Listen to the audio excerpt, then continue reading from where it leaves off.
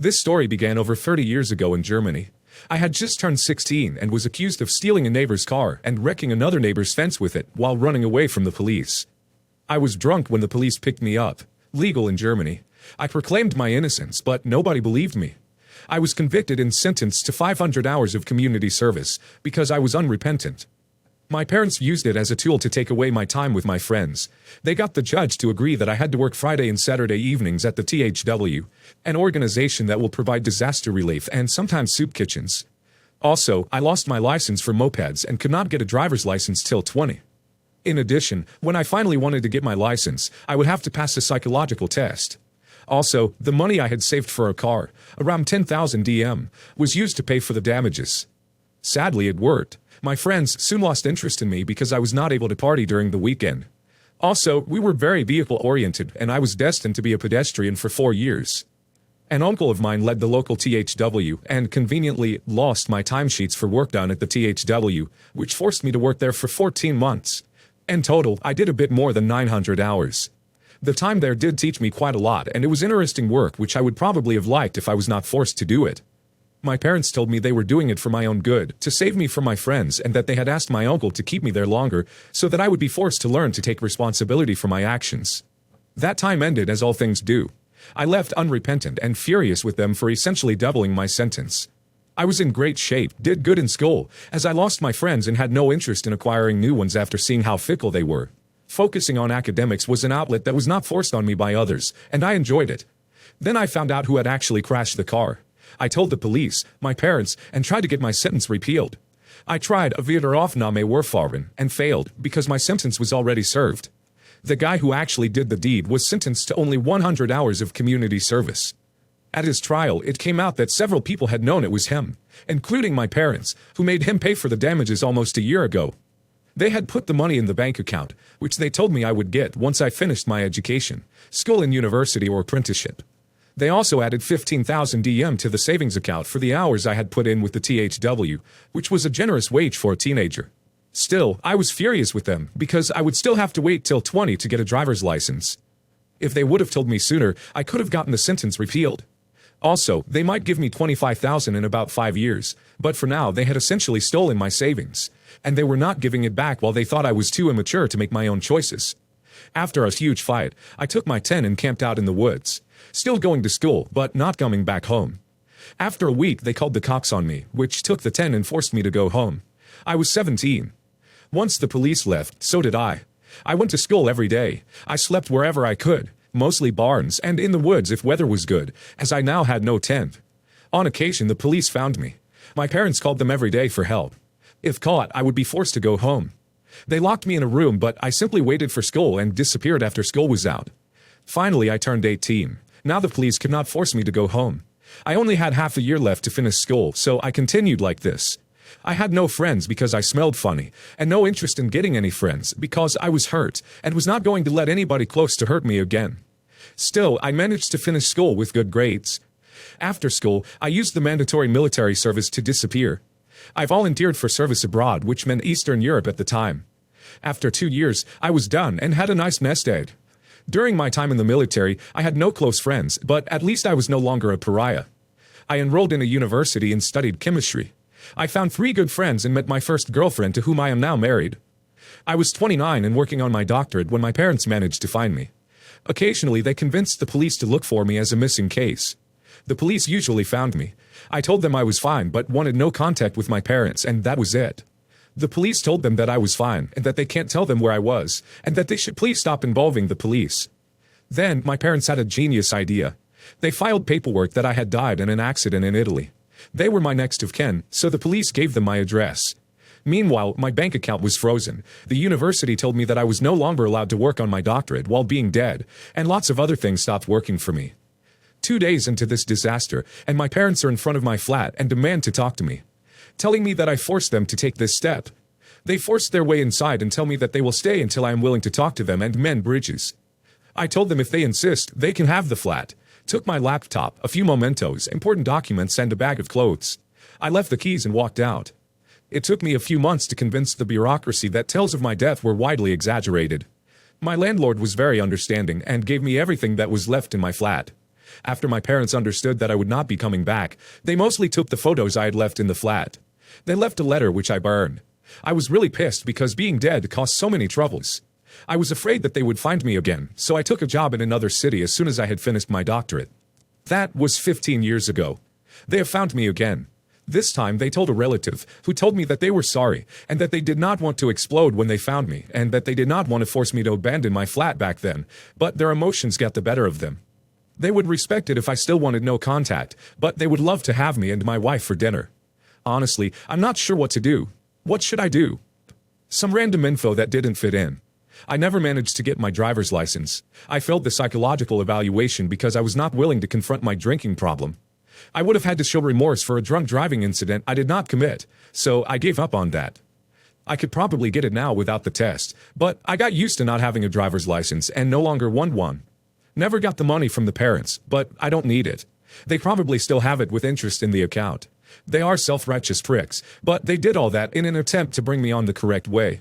I'm very certain that if I had contacted them and told them that I am done with university and have a job, please wire the money to that account, they would have done it. For me, no contact with them was more important at the time.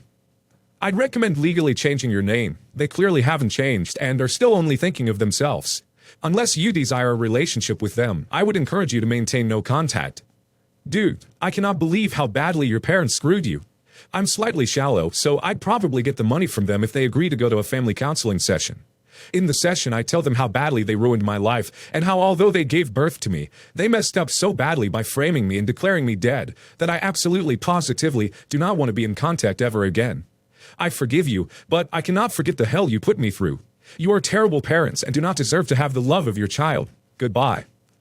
These people are malicious and did several things that are probably illegal and certainly immoral. I would stay as far away from them as possible. I don't believe they have changed since they have consistently over the years behaved in an atrocious manner. It also rubs me the wrong way that they are apologizing for one relatively minor offense, while ignoring the more serious ones. Arranging a lie to the government to double your sentence, stealing your money to have you under their thumb until they decide to give it back, hiding information that would absolve you of a crime, lying to the government that you are dead. Each one of these is by itself enough of a reason to never associate with these people again. I highly doubt that they have changed, so be aware that when you don't agree to meet them, which you definitely shouldn't agree to, they may resort to their crazy ways and do something on par with reporting you dead. I, 29 male, am supposed to marry my fiancée, 25 female, this summer. Now, the problem comes from my sister, 27 female, who's mad about me having Mike, 29 male, as my best man. Mike's my best friend since middle school and is also one of my sister's exes from high school. They've dated when he was 17 and she was 15. It was a short-lived relationship, ended abruptly after my sister found out that he was two-timing her with someone else from his class. My sister was really heartbroken at the time, with Mike being her first love and all that, and my relationship with Mike was also strained for the rest of high school, but he did eventually manage to patch things up between us. What he did to my sister way back in high school is definitely still docked off, but he was just a stupid teenager back then, like all of us once were, and he definitely matured a lot since then. So I eventually got over it and forgave him. However, my sister didn't, as she still hung up on me being friends with him, and not only inviting to my wedding, but also making him my best man. She even threatened to not attend my wedding if I keep Mike as my best man, which I think is really unreasonable from her, as all she and Mike had was a very short high school relationship, and she also has a fiancé now, so she should have moved on by now, right? I really don't want to demote Mike from that position, as he's the best fit for it. But my sister's still standing her ground as well, and I really wouldn't want my own sister to purposefully miss my wedding. Am I the a-hole? No judgment, but your sister's issue to me is with you choosing a guy who cheated on her over her. Your relationship was strained because he was an a-hole to your sister. Good you knew he did something crappy, but you then chose to patch things up with him and have him be your best friend. Did he ever try and apologize to your sister for his crappy behavior? Honestly, to me, your sister's issue isn't even really about him, but about you seeming to not really care about her. And that is symbolized by having him as your best man, standing beside you on your wedding day. Since I was a baby, my father has never changed his philandering ways. I have grown up to seeing my mother and father's toxic relationship, yet my mother never kicked him out for all the 36 years of marriage with my father being unfaithful. I have been in countless therapy sessions as an adult due to depression caused by this. However, my mom has been keeping it strong and has only her friend and I to talk to for support. Last week, my father royally ducked up by accidentally going on Facebook Live with his new mistress in a see-through, very sheer clothing. This was viewed by my sister-in-law, my cousin in both parents' side, my mother's co-worker that they're friends with, and many other people in his friends list, including me, who lives overseas. I was so heartbroken, angry, sad, and to be honest, quite feeling vengeful for the past few days. I screenshot her image on his Facebook to send to him and confront him, as well as telling him that I am cutting ties with him, practically saying that he is now dead to me. My brother found out from my mother, whom I have been in close contact for emotional support, that I have cut ties with my father, and was furious because he thinks that family is family no matter what. I told him that our mother doesn't deserve us sticking with our father, what with all the pain he has caused her, and it's about time for someone to stand up for our mother. I love my brother, but I want to make him understand that what I did is for my own mental health as well as my mother's, as well as to at least reclaim some of the dignity caused by my father's shameful act. Your brother sees how your father behaved, yet after 36 years, he's still married to your mother. This is how your brother thinks successful relationships work, and he doesn't want you rocking the boat. Your parents have taught your brother that this is what a normal relationship looks like, and he's got a pretty ducked-up worldview at age 29, a fully grown adult. Honestly, your mother could have stood up for herself at any point. She is also a fully grown adult. There's this thing that my mother-in-law, who is in the mental health field, told me. What others think of me is none of my business. It might seem like an odd thing to say in this instance, but hear me out. You will never truly be able to change what others think of you, and it's not really your place to, because their thoughts are not your own, and yours are your own. Let your brother think what he will. Let him be the one on the outer. Stand firm. If you feel the need to say anything, just point out that you haven't done anything that your father hasn't already done on his own, and that pointing out that you are the one to finally say something doesn't make you the perpetrator. I'm the resident baker in my office. Typically, I will bake something for every team member's birthday. There are 11 of us, but some birthdays are close together, so I bake probably every month or two for the office between birthdays and treats that I just feel like baking. I bake everything from scratch, and I'm somewhat particular about my ingredients. So, not to toot my own horn too much, but I'm a decent baker. I usually ask people what flavors they like and just kind of run with it, and bake what I feel like making. I do this all out of my own salary. The company doesn't pay me to do it, and I'll be honest, I don't make a lot of money. But I really love baking, and there's truly no greater joy for me than seeing someone bite into one of my cupcakes and tell me how good it is. My new coworker, Sam, has a birthday coming up. Sam is gluten-free. I do not bake gluten-free for a few reasons. The main one is the cost. Gluten-free flours are much more expensive than AP flour, putting them out of my budget. But also, I use gluten in my kitchen, so I cannot guarantee no cross-contamination. Lastly, I'm just not familiar with baking gluten-free, and I don't have tried-and-true recipes that are gluten-free, the way I do for wheat flour. Sam asked me what I was baking for her birthday, and I was honest that I wasn't planning on baking anything specific for it. She asked me why, and I told her my reasons, and she threw a fit. She went off on me, telling me she knew I didn't like her, and I'm jealous of her because she's young and cute. I'm not young anymore, but I think I'm pretty damn cute. I tried to explain to her that it wasn't about her as a person, but she said I was making excuses to exclude her. Now she's telling everyone in the office I'm discriminating against her for her health needs, and 2 people have told me I'm being cruel to the new girl. Not the a-hole. Don't bake for anyone anymore. When everyone asks why, oh, the last time I didn't because I couldn't guarantee no gluten cross-contamination. I was accused of discrimination. So it's only fair no one gets a cake now. Besides, people are becoming entitled despite this coming out of my own time and money. And the cross-gluten contamination is a massive issue with gluten. Just to really highlight how unreasonable it was. OP would not only need expensive all-new ingredients, but we need all-new cookware.